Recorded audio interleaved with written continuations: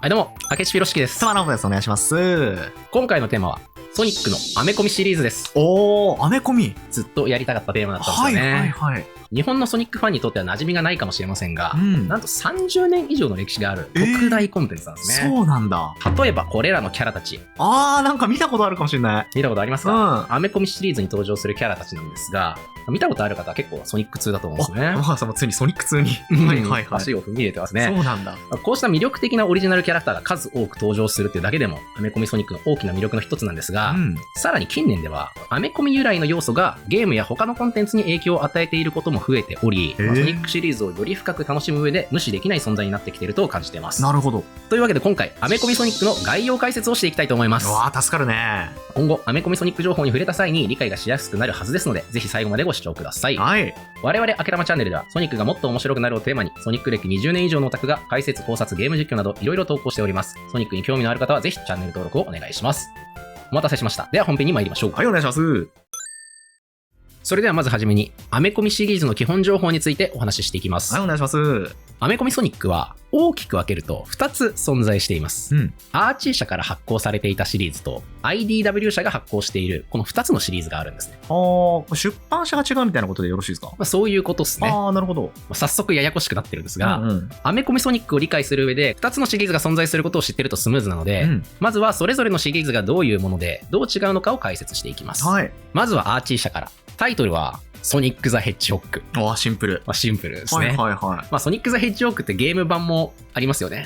なので、これは区別するためにアーチー・ソニックとかって呼ばれることが多いですかね。なるほど。こちらのシリーズは1993年にスタートしています。結構昔だ。そうですね。はいはい。ソニック自体が1991年デビューなので、かなり早い段階でコミックがスタートしていると。なるほど。ですね。で2017年まで刊行されていました。長いね。めちゃくちゃ長いですよね。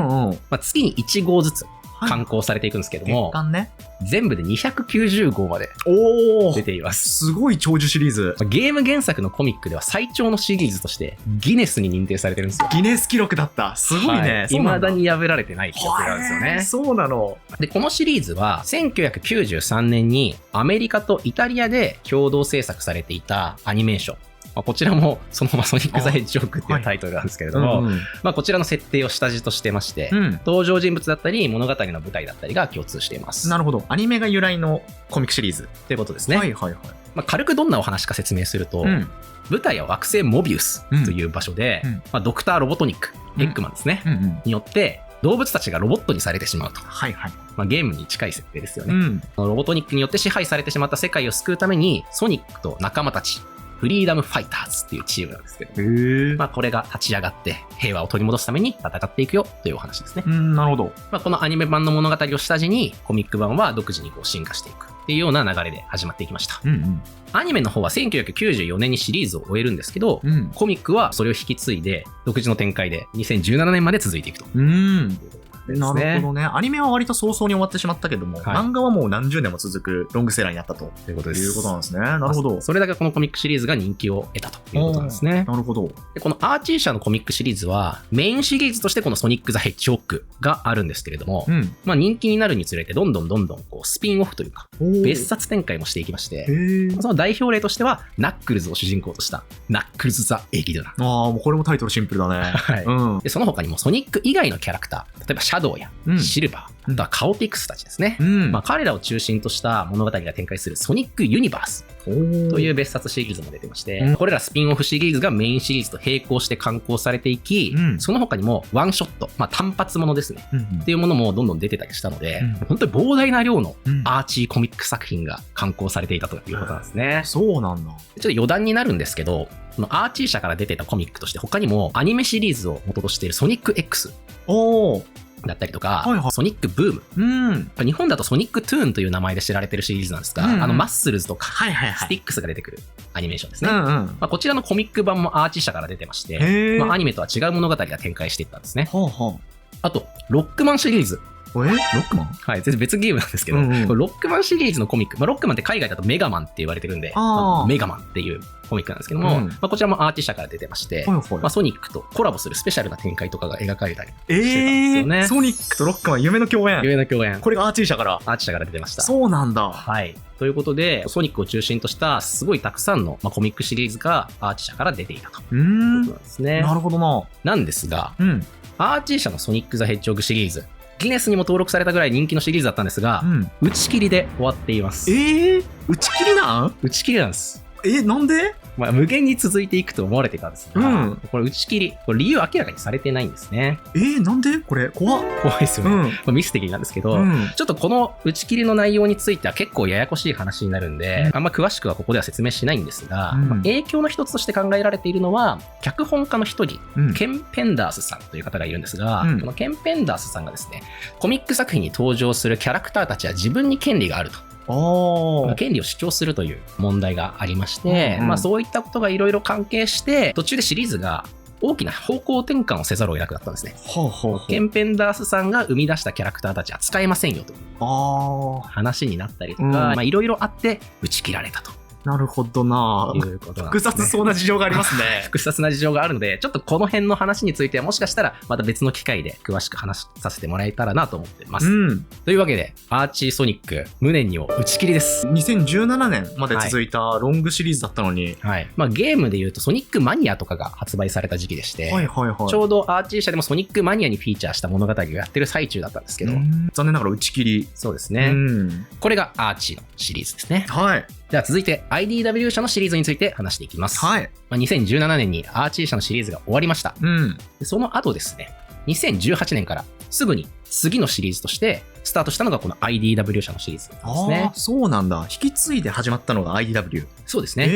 でそのアーチー社で活躍していた作家陣もそのまま、続投で参加している方も多いので、かなり近いテイストで始まったんですが、アーチー社で展開していたストーリーやキャラクターは全くリセットして新たな物語としてスタートしたのがこの IDW 社のシリーズです。もう一回ゼロから始めてみましょう。ソニックコミック。そういうコンセプトで始まったものが IDW 社。そうですね。そうなんだ。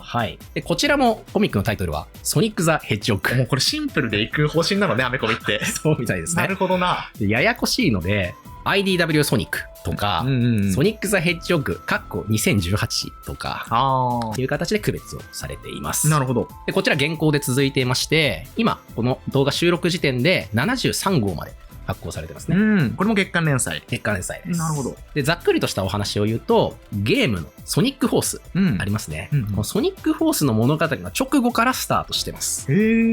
ゲーム版のお話を下地にしてるんですよ。なるほど、なるほど。これもアーチーとの大きな違いですね。確かに。で、基本的にはゲームの設定に忠実なので、ゲーム版に登場したキャラクターが中心で活躍をしていきます。もちろんオリジナルキャラクターたちもどんどん登場してきて、だんだんとコミック独自の世界観を構築していくんですけど、大きくはゲーム版の設定から離れないように、かなり気を使って作られてるシリーズだったんですね。なので、アーチー版と比べるとゲーム版のテイストにかなり近くなっているので、ゲーム版に親しんだ人も入りやすいシリーズにはなっているのかなと思います。ゲームファンからしたらありがたいですよね。そうですね。で、こちらもスピンオフ的なミニシリーズだったり、クラシックをベースにしたシリーズですね。クラシックのキャラクターたち、例えばファングだったりとか、あとはイニシエのキャラクターですけど、ビーンとかバークとか。ソニックファイターズの。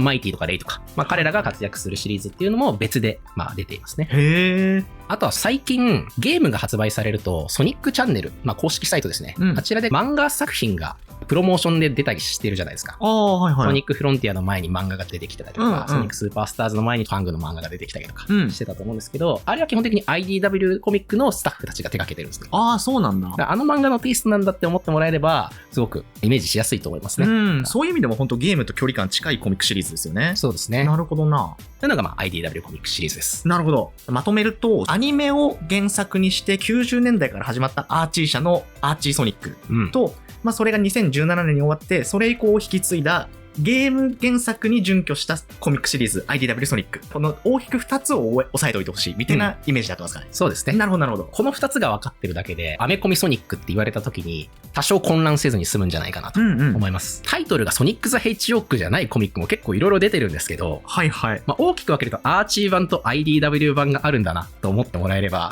理解がしやすくなるかなと思います。なるほどな。アーチーなのかな ?IDW なのかな、そこをチェックしていただけると、そういう下地なのねが分かるので、そこを押さえておいてほしいなと思います。わかりました。以上がソニックアメコミの基本情報なんですが、ちょっと余談というか横道にそれるんですけど、もう一つお話をさせていただきたいと思います。アメコミではないんですけど、イギリスのフリートウェイ社というところから出ていた、ソニック・ザ・コミックというコミックシリーズもあるんですよ。イギリスの。はい。イギリスのコミックって何て略すのかよくわかんないんですけどね。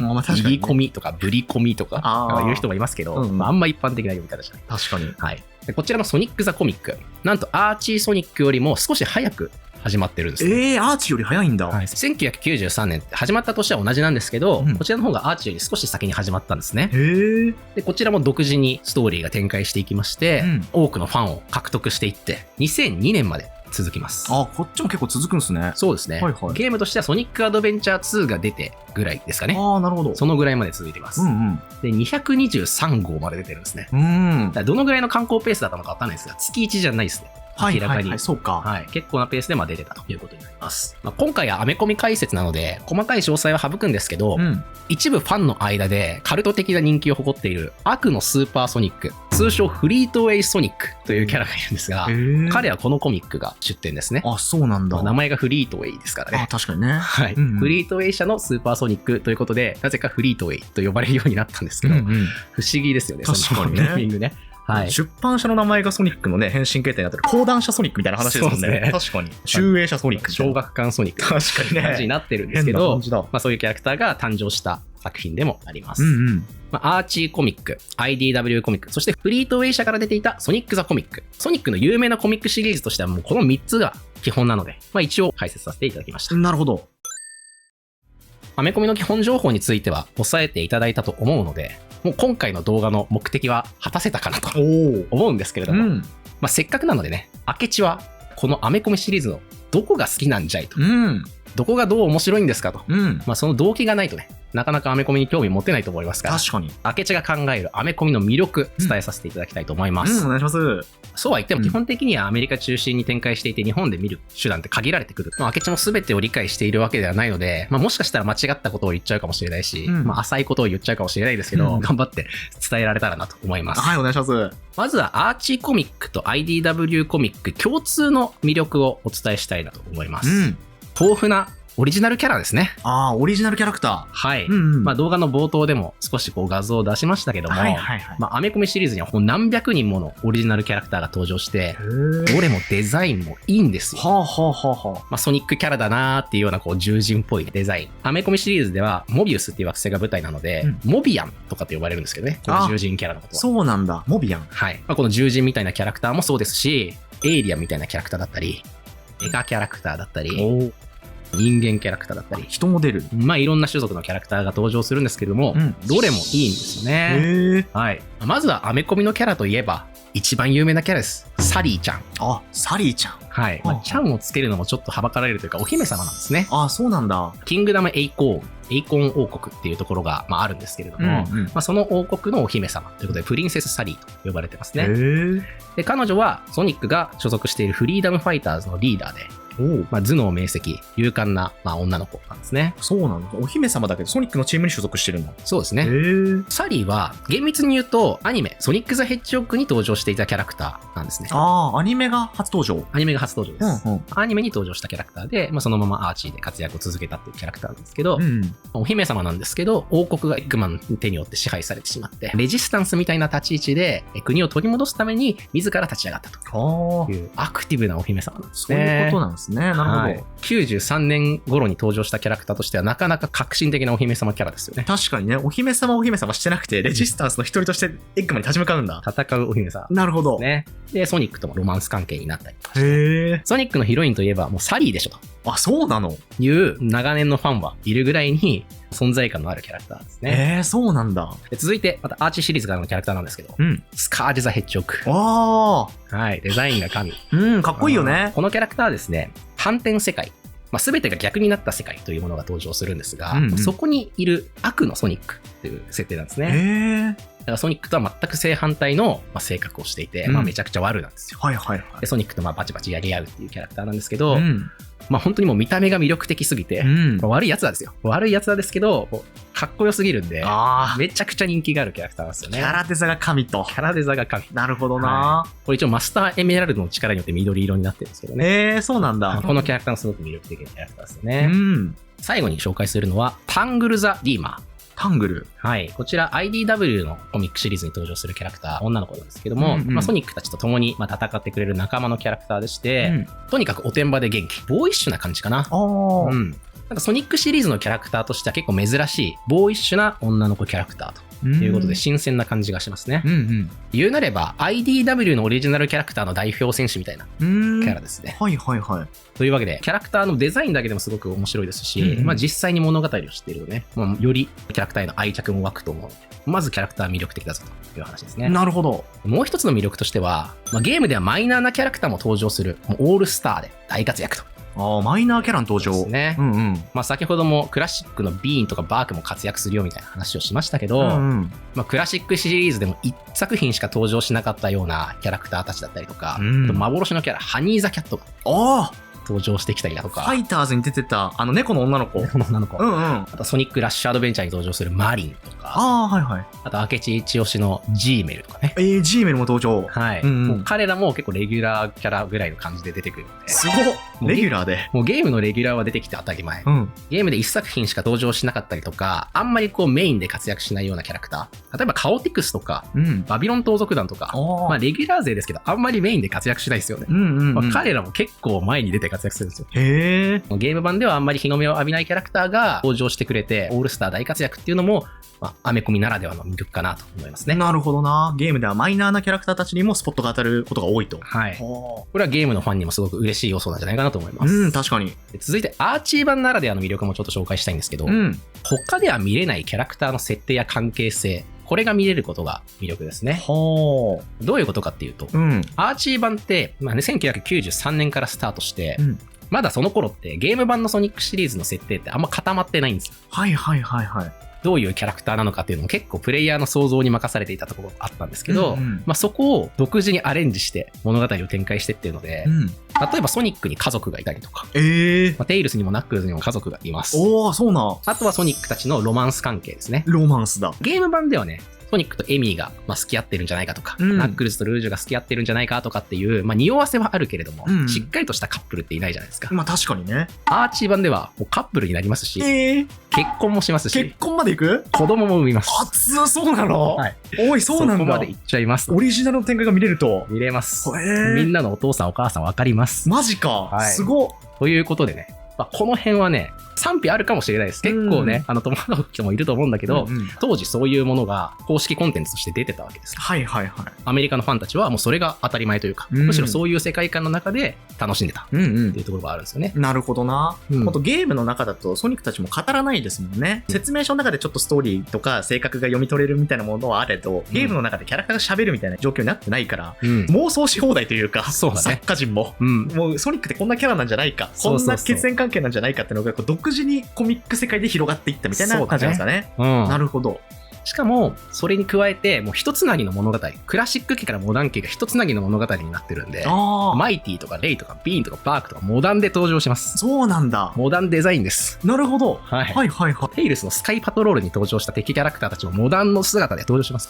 すごっ。クラシックに登場した奴らもモダンナイズされてる。モダンナイズして登場します。この辺もですね、もう独自の設定バリバリということで、激アツなんですね。そうなんだ。これはアーチーだけの魅力なので、ぜひ注目してほしいなと思います。なるほど。あと IDW の方の魅力ですね。こちらに関しては IDW の物語が生死に含まれるのではということですね。例えばですけど、ソニックフロンティア、こちらも脚本はイアン・フリンさんですけれども、ソニックフロンティアの中のソニックの独り言、隠し要素というかおまけ要素というか、なんかソニックが適当に歩いていると独り言を喋るんですけど、その中でタングルについて言及するシーンがあるんですよ。IDW のキャラクター。はい。コミックにしか登場しないコミックオリジナルキャラクターについてゲームのソニックが発言をするという場面が実際にもう日本の方で出てきてますし、なるほど。あとは日本の YouTube でも見ることができるテイルスチューブですね。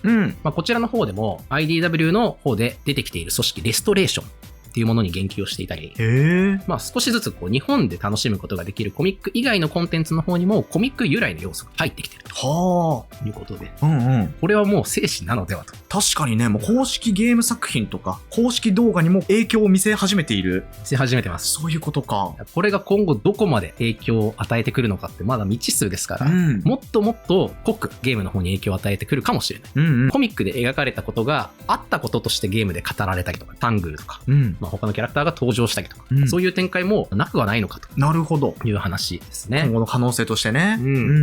プロデューサーの飯塚さんもね、それぞれのユニバースっていうものをどんどんつなげていきたいっていうような話も過去されてましたから、もしかしたらもっと深い部分でつながっていくかもしれないと。今 IDW の魅力として伝えましたけど、実はアーチー時代の設定も少しずつゲームの方にも影響を与えてきてまして、闇の序章登場した軍司令官、彼がエイブラハム・タワーと自分の名前を名乗ってましたけど、これはですね、アーチー時代に出てきた設定なんですよ。あ、そうなんだ。はい。アーチー由来の設定も、イアン・フリンさんが関わってるからなんですけど、入ってきてると。なるほど。ということで、アーチー時代の設定も無視できなくなってきてると。うわ、そうなってくるよね。ということですから、マニアックなファンは見逃せないでしょと。そういうことか。ということなんですよね。漫画で読んでたあの設定、ゲームにも入ってきてるやんけが、ここ近年でかなり立て続けに起こってると。はい。なるほど。加速していくでしょう。ソニックのことを深く知りたいんだという方は、アメコミはもう無視できませんと。なるほど。ということですね。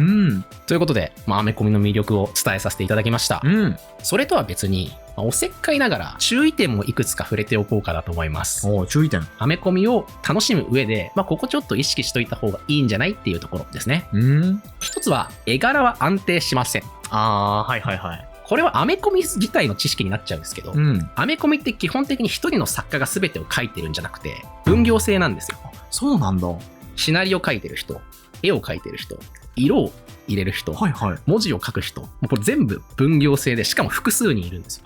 だから脚本も一人じゃないし、絵を描いてる人も一人じゃないし、っていう。本当にアニメみたいな、映画みたいな作り方してるんだ。そうなんです。なるほど。なので話によって絵柄が変わることなんてザラですし、脚本家が違うから起こりうることとして、結構ガバガバ設定というか、あれ前後のつながりちょっとおかしくないみたいなことも稀に発生します。なるほど。だからもう考察大好きみたいな人は、なんかおかしなことになるというか、あそこでこう言っててなみたいなこと結構あったりします。そこはご了承いただきたいと。確かに。これ知らなかったな。いうことなんですよ。なんかこの作家の絵柄のソニックめっちゃ好き、この絵柄のエミーちゃんめっちゃ可愛いっていうことはあれど、この絵柄は好みではないかもみたいなことも全然あります。そっかそっか。はい。そこはね、アメコミのあるあるとして受け入れる必要があると。なるほど。いうことですね。もう一つはキャラの性格や描写がゲームと違う。ということっすよね。さっきも言いましたけど、ソニックの性格も結構違います。ゲーム版でもその時期によって性格が違ったりとかあるんですけど、アメコミはもうそれに輪をかけて全然違います。そうなの。もう時期によっても違うし、最新の作品であってもゲーム版とはちょっと違う性格かなっていうことは結構あったりします。であとはロマンス描写も多いですからね。でカップルもゲーム版と違ったりしますから、この辺ちょっとね、受け入れられない人も中にはいるかもしれん。そうか。ソニックがね、エミーちゃんとは別の女とイチャイチャしたりとか、ちょっと浮気したりとかしますし。そうなんだ。確かにね、耐え難い人には耐え難いかもしれないね。そうなんですよ。この辺はね、わきまえて楽しむ必要があるということですね。これもこれで魅力なんですけどね。確かにね、漫画の独自の世界が繰り広げられてるよと。ゲーム版とは違うソニックの魅力だったり、キャラクターの魅力っていうのが見れたりするので、これはこれとしてすごく魅力でもあるんですけど、ちょっと注意して楽しんでねということですね。なるほど。あとはもうあくまで別物として楽しみましょうと。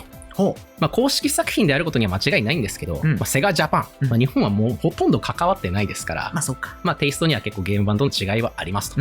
で特にアーチーなんて別物として考えた方がいいですね。IDW はかなりイアン・フリンさんが丁寧にゲーム版の設定から離れすぎないように作ってくれていて、セガも結構そこは関わってるみたいですね。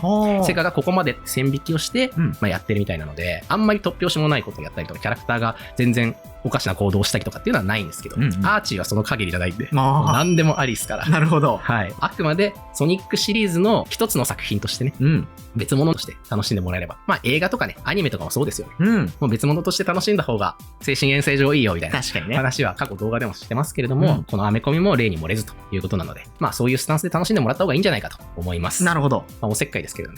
一応まあ僕もお話しさせていただきました。はい。まあここまでのお話でね、アメコミシリーズがどういうもので、どんな魅力があるのか分かってもらえたと思います。この広大で深淵なるアメコミソニックワールド。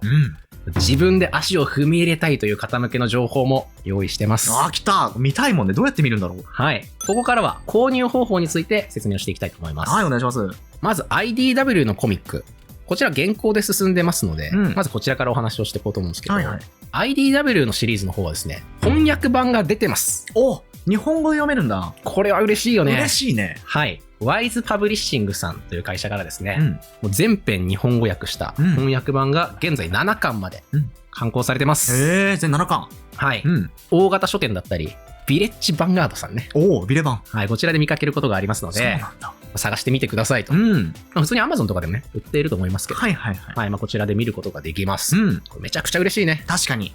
日本語で読みたいですもんね。ねえ、日本語版が、しかもちゃんとセガの方の監修が入ってるので、口調とか、なんか俺のカタカナ表記とか、あの辺の細かいところまでちゃんと再現されてますから。嬉しいね。すごい上質な翻訳版出てます。なるほど。ただなかなかね、観光ペースがゆっくりしてまして、実際の IDW のコミックシリーズは今73巻まで出てるって話をしたと思うんですけど、73巻。はい。73号だね。この辺ちょっとややこしいんですけど、アメコミのシリーズって基本的に号単位なんですね。そうなんだ。イシュー1、イシュー2とかって言うんだけど、これがまず号なんですよ。これって十数ページとかの結構ペライ。冊子みたいなやつ。そうなんだ。それがだいたい4冊一緒になって、4号一緒になるのが1巻としてまた出るんですよ。4ヶ月に1巻ずつ出るみたいな感じです。月に1号ずつ出てって4ヶ月溜まったら1巻としてまた出るみたいな感じなんで。なるほど。だから73号まで出てるっていうことは、18巻、19巻ぐらいまでいってんだよね。なるほど。本国の方では。ただ日本では7巻。遅れてるね。ということなんで、結構もう2週遅れぐらいになってしまってるんですけど、そうなんだ。まあそこは翻訳作業を頑張ってますと。いうことなので、気長に待つしかない。なるほど。感じですね。とはいえね、やっぱ最新情報を追いたいでしょ、ファンは。頑張って、言語版を欲しいですという方のために、どうやって手に入れるのか、ここも解説していきますよ。まず IDW パブリッシング、IDW 社ですね。こちらの公式サイト、販売されてますが、ちょっと明智的にはこれおすすめしません。そうなんだ。なんかね、ちょっとあんまりいけてないというか、そのサイト自体が。で、IDW パブリッシングで購入した電子書籍を読むアプリとかもあるんですけど、なんかね、うまくね、使いこなせないです。明智の知識では。これじゃあ IDW パブリッシングの公式が提供してるサイトとかアプリは避けた方が無難と思います。そうなんだ。はい。ちょっとこれは明智だけかもしれないんですけど、他にも方法があるんで一応話をさせていただくと、まずは Amazon ですね。物理版も電子書籍版もしっかり購入可能です。検索カテゴリーを要所にすると検索しやすいですね。なるほど。カテゴリー要所にしてソニック・ザ・ヘッジホッグとかってやればもうバッチリ出ます。電子書籍版は Kindle で読めます。いいね。まあここ安定ですね。確かに。で、Amazon の中にコミクソロジーっていうサービスがありまして。こちら電子書籍プラットフォームなんですよ。あんまり日本じゃ馴染みないんですけど。そうね、聞いたことないな。コミクソロジーで調べた方がより検索引っかかりやすいと。そうなんだ。ということなんで、まあ合わせて使っていただければなと思います。なるほど。でもう一つ、バーンズ&ノーブルというサイトがありまして、まあこちらは新品のみの扱いにはなるんですけど、IDW のコミック売ってます。ただ注意したいのは、こちらも電子書籍扱ってるんですけど、電子書籍リーダーのノックみたいな、なんて読むのかわかんないです。ノックみたいなやつが、日本ではダウンロードできません。これはなんかアプリみたいなことなんですか？アプリですね。バーンズ&ノーブルの専用アプリ。こちらで買った電子書籍リーダーなんですけど、日本では展開しておりません。そうなの？ということなので、電子書籍を買うのは注意と。なるほど。ということで、こちら物理版は買えるんですね。物理版は買えます。ご注意してください。この Amazon、バーンズ&ノーブル、この2つを駆使すれば、IDW 版は買えるんじゃないかと思いますね。なるほど。あとは単純に輸入書店ですね。日本国内にもアメコミを扱っている書店とかありますし、大きい書店さんとかだと言語版も取り寄せてくれたりするので、そういう方法もあるんじゃないかなと思います。運が良ければアーチー版の新品在庫が残ってたりもするので、本当に数少ないですけど、新品在庫残ってるものは買うことできますし、もちろん中古とかもありますからね。中古だとアーチとかもあります。なるほど。ただアーチーで20年以上続いてましたから、これ全部集めるのは難しいでしょと。そうだよね。ということなんですが、そこも諦めきれないというあなた。方法あります。相当なマニアよ。アーチーも全巻欲しいっていう方ですよね。はい。中古専門サイトということになるんですけど、まずはエイブブックス。これ世界の古本屋として有名なサイトなんですけど、だからコミック専門とかじゃないんですが、エイブブックスさんでソニック・ザ・ジョーク検索すると、アーチーの方もちゃんと出ます。はい、もちろんね、全部があるわけじゃないんで、たまにこう覗いて購入するという形になって、アリブリスというサイトもあって、こちらも同じく古本ポータルサイトということなので、こちらで検索することもできます。はいはい。あとはちょっと小規模ですけど、スリフトブックスっていうサイトでも扱ったりするので、こちらの3つを駆使して探してもらえればなという感じですかね。なるほど。海外の古本検索サイトみたいな感じなのかな。そうですね。あとコミック専門の中古サイトとして、マイルハイコミックスとか、マイコミックショップとか、この辺もありますので、かなりマニアックなサイトにはなるんですけど、こちらで探していただいたり、あとは世界中で有名なフリマオークションサイト eBay ですね。こちらで検索して目当てのものが見つかる可能性もあるので、なるほど。もう根気よく、そうだね。お宝探しをする気持ちでね、余裕がある方は挑戦してみてもいいんじゃないかなと思います。なるほど。ってな感じですかね。なるほどね。はい。まあやっぱアーチー含め全部見たいってなったら相当根気は必要かなって感じですけど、そうですね。まあ手段はあるという。手段はある。ご紹介になりますかね。そうだね。今から触れるんであれば IDW はもう現行で進んでますし、最初の巻から結構普通に手に入ったりするので、ここは入りやすいと思います。なるほど。でアーチーの方はもう基本的に絶版してまして、もう新たに釣られることはないので、なるほど。もう中古か残っている在庫を手に入れるしかないっていう状況ですから、かなり難易度は高いんですが、それでも挑戦したいという人はね、こういう方法を使って見ることはできると。なるほど。いうことですね。少しでも希望はあると。はいはいはい。ということです。一応購入する上で、持っておきたい知識として、アメコミってバリアントカバーっていう文化がありまして。ほう。聞いたことありますか？いや、ちょっとわかんないかも。はい。表紙の絵違いバージョンが何バージョンもあるんですよ。そうなんだ。一巻の表紙違いが2、3種類、多い時は5種類、6種類あったりするんですね。はい。コレクション要素として。なるほど。あります。だから何巻って調べたけど、なんか表紙いっぱいあるんだけど、みたいなこととかがザラにあるんですが、中身は同じなので。そうなんだ。ここ注意してください。ややこしいね。はい。どの表紙がいいかっていうのをね、しっかり吟味して購入するようにしてもらいたいですし、なんか混乱してね、違う表紙だからっつっていっぱい買っちゃって中身全部同じみたいなことあるんで、ここは注意してください。これありそうだな。なるほどね。バリアントカバーね。そうですね。で基本的に購入する際は、その号単位で買うか、巻単位で買うかっていう話になると思うんで、号は先ほども言いましたが、シャープ1、2、3とか、イシュー1、イシュー2とか、そういう言い方をされますね。巻の方はボリューム1とか、ボリューム2とか、普通に言ってるんで。なるほど。それでちょっと判断したということになりますね。あと IDW の方では、IDW コレクションっていうハードカバー版が出ていて、今からしっかり読もうっていうのはハードカバー版 IDW コレクションも結構有用です。そうなんだ。ストーリー順にミニシリーズ、だからスピンオフとかも含めてストーリー順に読めます。完全コレクション版みたいな雰囲気。そうですね。なるほど。いわゆる完全版みたいな感じなんで、これだけ集めておけば、いちいちどれがどう繋がってるんだろうとか調べながら買わなくても済んじゃう。これ助かりますね。はい。豪華仕様でかっこいいソニックとかテイルスとかドーンと表紙になってるんで。興味がある方はそちらもどうぞと。なるほど。ということになってます。てな感じで、結構しっかり解説させていただいたと思うので、あとはね、もう自分の気合と勇気で飛び込んでみてください。はい。アメコミの世界に飛び込んでみてください。というわけで、ソニックアメコミの概要について解説させていただきました。この動画を見た方、ソニックアメコミに関する情報を今後触れた時に理解しやすくなっていると思いますし、今後、あけたまゲームスの方でもアメコミ関連の情報をいろいろ取り上げていこうかなと思ってますので、その前情報としてバッチリ身につけられたんじゃないかなと思います。助かる動画でした。はい。アメコミシリーズも魅力たっぷりですので、ぜひこれから楽しんでいただきたいなと思います。はい。今回の動画もいいと思った方は、高評価、コメント、チャンネル登録していただければ幸いです。それでは終わりの挨拶お願いします。はい。ご視聴いただきましてありがとうございます。次回もよろしく。